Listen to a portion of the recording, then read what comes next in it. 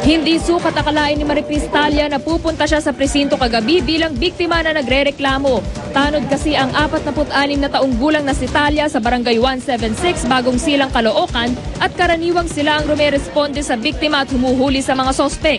Pero kagabi, sugatan siyang dinala sa pulisya ng mga kasamahang tanod para ireklamo si Eric Fortuentes, 24 anyos, ice cream vendor. Di umano, lasing na lasing ang sospek at walang ano-ano'y hinataw ng 2x2 na kahoy ang biktima sa ulo, pero swerteng nasalag ito ng kaliwang kamay ng biktima dahilan para ito'y mamaga. Ang kahoy na ipinampalo raw, 2 metro ang haba, mas malaki pa sa biktima at sa sospek. Di naman itinanggi ng sospek ang akusasyon. May nag-udyok lang daw sa kanya na gawin ito.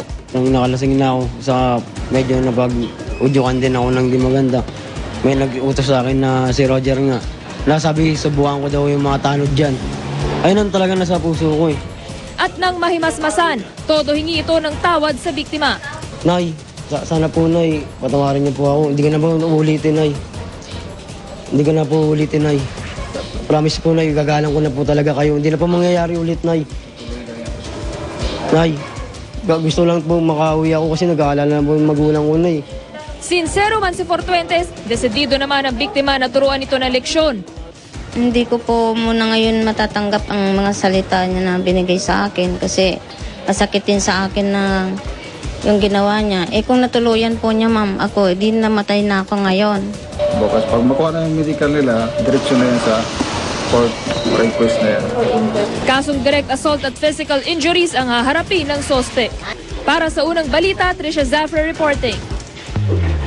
Inaresto naman ng mga otoridad ang isang lalaki na nambugbog umano ng bagong panganak niyang live-in partner. Nagbabalik si Trisha Zafra exclusive.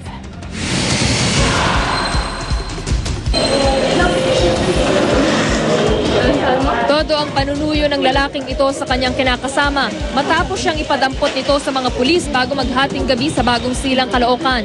Hindi na raw masikmura ng biktimang tawagin na lamang natin sa pangalang Marie ang muling pananakit sa kanya ng sospek, lalo pat kapapanganak lang niya 3 linggo lang ang nakakaraan. Nag-ugat umano ang away sa suspetsya ng sospek na hindi siya ang ama ng batang isinilang ni Marie. Nagtamo ng sugat sa kaliwang braso si Marie. Dapat yung baby mo umpog sa pader eh.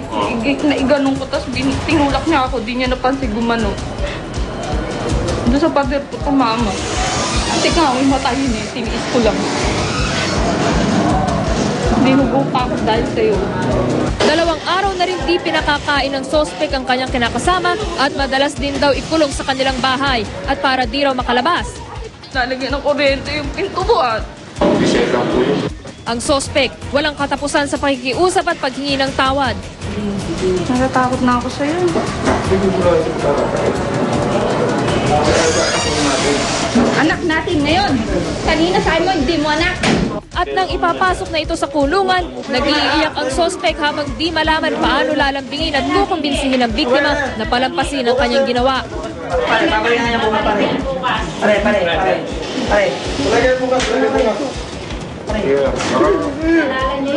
Nahihirapang magdesisyon ang biktima kung tutuluyang sampahan ng kaso ang sospek dahil iniisip daw niya kung saan kukuha ng pambili ng gatas ng anak. Pero habang nag-iisip pa siya, mananatili muna sa kulungan ng sospek.